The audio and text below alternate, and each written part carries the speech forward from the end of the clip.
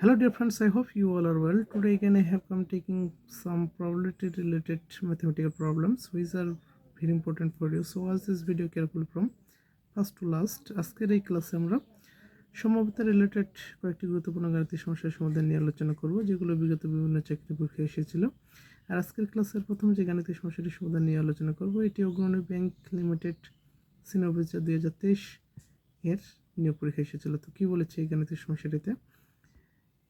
বলছে যে find the probability of selecting A prime number from a set of numbers 1 to 15, অর্থাৎ 1 থেকে 15 পর্যন্ত যে একটি নাম্বারের একটি সেট দেওয়া রয়েছে সেখান থেকে একটি প্রাইম নাম্বার সিলেক্ট হওয়ার সম্ভাব্যতা কত সেটা নির্ণয় করতে হবে। এখানে 4টি অপশন দেওয়া রয়েছে। তো আমরা প্রথমে সম্ভাব্যতা যে সংখ্যাটি সেটি আমরা লেখার চেষ্টা করি। সেটা কি জানি আমরা? probability equal to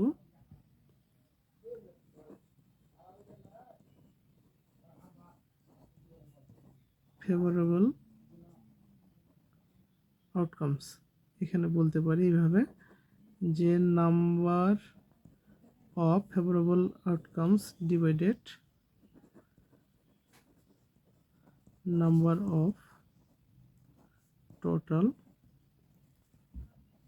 outcomes. অর্থাৎ এখানে নাম্বার অফ টোটাল আউটকামস বলতে একটি ঘটনায় যতগুলো ফলাফল আসতে পারে সেটি হচ্ছে কি নাম্বার অফ টোটাল আউটকামস। আর নাম্বার অফ ফেভারেবল আউটকামস এর অর্থ হচ্ছে এই যে গণিতে যেটি আসার সম্ভাবনা নির্ণয় করতে বলছে বা যেটি হওয়ার সম্ভাবনা নির্ণয় করতে বলছে সেটা হচ্ছে কি number of favourable outcomes.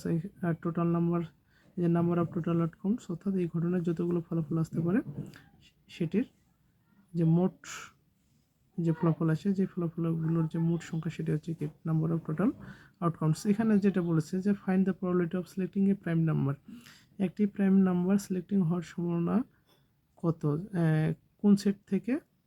From a set of numbers 1 to 5, হ্যাঁ না 15, 1 to 15। 1 to 15 বলতে 1 2 3 4 5 6 7 8 9 10 11 12 13 14 15।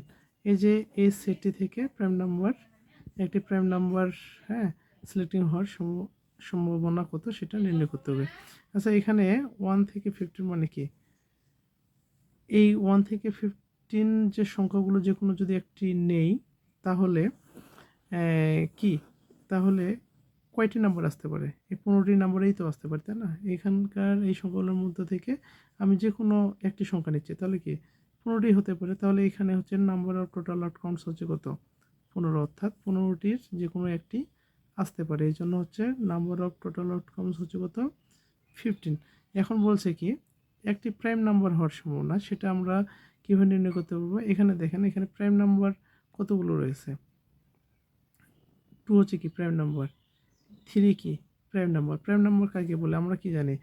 যে সকল সংখ্যাকে ওই সংখ্যা এবং 1 এবং ওই সংখ্যা ব্যতীত অন্য কোনো সংখ্যা দিয়ে ভাগ করা যায় না তাদেরকে কি বলা হয়? প্রাইম নাম্বার বলা হয়। আবার যদি অন্যভাবে বলি যে সকল সংখ্যার ভাজ্য সংখ্যা 2টি তাকেও প্রাইম নাম্বার বলা হয়। মানে দুইভাবে আমরা বলতে পারি। যেমন এখানে 2 দেখেন 2কে 2 দিয়ে ভাগ করা যাবে, 1 দিয়ে ভাগ করা যাবে। 3কে কি 3 দিয়ে ভাগ করা যাবে, 1 দিয়ে ভাগ করা যাবে, অন্য কোনো সংখ্যা দিয়ে ভাগ করা যাবে না।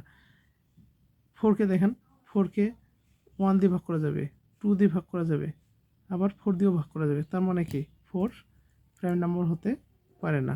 1 কিন্তু প্রাইম নাম্বার নয়। যেমন হচ্ছে 5কে শুধুমাত্র কি 5 এবং 1 দিয়ে আমরা ভাগ করতে পারবো, এই জন্য এটা প্রাইম নাম্বার। তাহলে আমরা প্রাইম নাম্বার হচ্ছে কত? 2 3 5। 6 কি প্রাইম নাম্বার? 6 প্রাইম নাম্বার নয়, কেননা 6কে আমরা 1 দিয়ে ভাগ করতে পারবো, 2 দিয়ে ভাগ করতে পারবো, 3 দিয়ে ভাগ করতে পারবো, আবার 6 দিয়েও ভাগ করতে পারবো। তার মানে 6 প্রাইম নাম্বার নয়। আমি আবার বলেছি এখানে প্রাইম নাম্বারের দুটি সংখ্যা রয়েছে। একটি হচ্ছে কি যে সকল সংখ্যাকে ওই সংখ্যা এবং 1 ব্যতীত অন্য কোনো সংখ্যা দিয়ে ভাগ করা যায় না সেটাকে প্রাইম নাম্বার বলে। আবার যদি অন্যভাবে বলি যে সকল সংখ্যার ভাজক সংখ্যা অনলি 2টা তাদেরকে প্রাইম নাম্বার বলে। যেমন এর ভাজক সংখ্যা 2টা, এরও ভাজক সংখ্যা 2টা, কিন্তু 4-এর ভাজক সংখ্যা কয়টি? 4টি, তার মানে কি প্রাইম নাম্বার নয়। আবার 6-এর ভাজক সংখ্যা কয়টি? 4টি, 6-এর ভাজ্য সংখ্যা 4টি, 2-এর বেশি তো হওয়া যাবে না, তার মানে কি 6ও প্রাইম নাম্বার নয়। তাহলে ঠিক একইভাবে 7 আমরা জানি প্রাইম নাম্বার, 8 প্রাইম নাম্বার 9, হ্যাঁ 9ও প্রাইম নাম্বার 9, 10ও 9, কেননা এদের ভাজ্য সংখ্যা বেশি হবে। যেমন 8কে যদি আমরা ভাগ করি 1 দিয়ে ভাগ করা যাবে, 2 দিয়ে ভাগ করা যাবে, 4 দিয়ে ভাগ করা যাবে, আবার 8 দিয়ে ভাগ করা যাবে। 9কে যদি দেখি আমরা 1 দিয়ে যাবে, 3 দিয়ে যাবে, আবার 9 দিয়ে যাবে, তার মানে হবে না। 11 হচ্ছে প্রাইম নাম্বার, 11কে দেখেন 1 এবং ওই 11 ভিতরে অন্য কোনো সংখ্যা দিয়ে ভাগ করা যাবে না, তার মানে 11 হচ্ছে প্রাইম নাম্বার। 12 প্রাইম নাম্বার 9, 12কে যদি আমরা ভাগ করি 1 দিয়ে ভাগ করা যাবে, 2 দিয়ে ভাগ করা যাবে, 3 দিয়েও ভাগ করা যাবে, 4 দিয়েও ভাগ করা যাবে, 6 দিয়েও যাবে, আবার 12 দিয়েও ভাগ করা যাবে, তার মানে কি এটা নয়। আবার 13কে দেখেন 1 দিয়ে ভাগ করা যাবে আর 13 দিয়ে ভাগ করা যাবে, অন্য কোনো সংখ্যা দিয়ে ভাগ করা যাবে না। 14 প্রাইম নাম্বার নয়, কেননা একে 1 দিয়েও ভাগ করা যায়, 2 দিয়েও ভাগ করা যায়, 7 দিয়েও ভাগ করা যাবে, 14 দিয়েও ভাগ করা যাবে। যেমন 15 প্রাইম নাম্বার নয়, কেননা একে 1 দিয়ে ভাগ করা যাবে, 3 দিয়ে ভাগ করা যাবে, 5 দিয়ে ভাগ করা যাবে, আবার 15 দিয়েও ভাগ করা যাবে।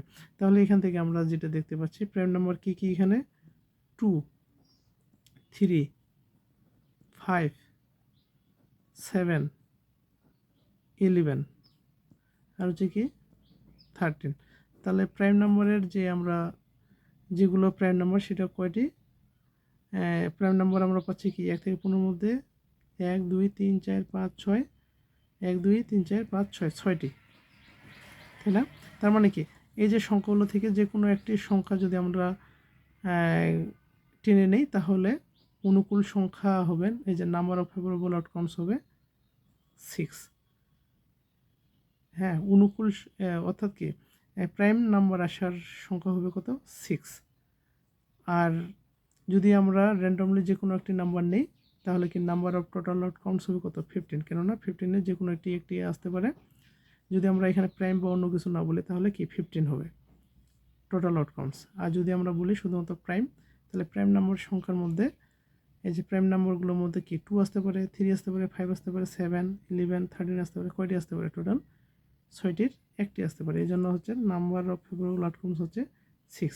তাহলে এখন আমরা এখানে যদি কাটাকাটি করি 3 দুগুণী 6, 3 দিয়ে ভাগ করতেছি, তাহলে কি 3 + 15, তার মানে কি 2 ডিভাইডেড কত 5। তাহলে অ্যান্সার হচ্ছে কি 2 ডিভাইডেড 5। আশা করি বুঝতে পেরেছেন সবাই। এখন আমরা আরেকটি গাণিতিক সমস্যার সমাধান নিয়ে আলোচনা করব। আরেকটা কথা বলে রেখে যদি না বুঝতে পারেন অবশ্যই কমেন্টে জানাবেন, আমি আবারও বুঝিয়ে দেওয়ার চেষ্টা করব। এখন যে গাণিতিক সমস্যাটির সমাধান দেখব, এটি কি বলছে যে 29 থেকে 38 পর্যন্ত সংখ্যা হতে যে কোনো একটিতে ইচ্ছামতো বেছে নিলে সেটি মৌলিক সংখ্যা হওয়ার সম্ভাবনা কত। এটাও কিন্তু একই কথা বলছে। ইংরেজিতে বলা হয় কি প্রাইম নাম্বার, বাংলাতে বলা হয় মৌলিক সংখ্যা হওয়ার সম্ভাবনা কত। এখানে 4টি অপশন দেওয়া রয়েছে। এটি 45তম বিশেষ প্রিলিমিনারি পরীক্ষায় এসেছিল। তাহলে আমরা সম্ভাব্যতা সমান কি জানি? সম্ভাব্যতা সমান জানি অনুকূল ফলাফলের সংখ্যা ডিভাইডেড মোট সম্ভাব্য ফলাফলের সংখ্যা, অর্থাৎ ওই ঘটনাটিতে যতগুলো ফলাফল আসতে পারে সেটাকে বলা হয় মোট সম্ভাব্য ফলাফলের সংখ্যা। আর অনুকূল ফলাফল অর্থাৎ এই যে গাণিতিক সমস্যাটিতে বলেছে কি মৌলিক সংখ্যা হওয়ার সম্ভাবনা, সেটার যে সংখ্যা সেটা হচ্ছে অনুকূল ফলাফলের সংখ্যা। তো এখানে দেওয়া রয়েছে কত 29 থেকে 38 পর্যন্ত সংখ্যার কথা বলা আছে, তাই না? তার মানে 29 থেকে 38 কী কী আছে 29, 30, 31, 32, 33, 34, 35, 36, 37, 38। তার মানে এখানে টোটাল কয়টি সংখ্যা রয়েছে 1, 2, 3, 4, 5, 6, 7, 8, 9, 10। কয়টি 10টি। তাহলে এগুলো থেকে যে কোনো একটি সংখ্যা নিলে কি 10টি কয়টি সংখ্যা এই 10টিই তো আসতে পারে, তাই না? মানে 10টির যে কোনোটিই তো আসতে পারে। তাহলে এখানে মোট সম্ভাব্য ফলাফলের সংখ্যা হচ্ছে কত 10। যেহেতু এখানে 10টি সংখ্যা রয়েছে 10টি সংখ্যার যে কোনোটিই আসতে পারে, এই জন্য হচ্ছে মোট সম্ভাব্য ফলাফলের সংখ্যা হচ্ছে কত 10।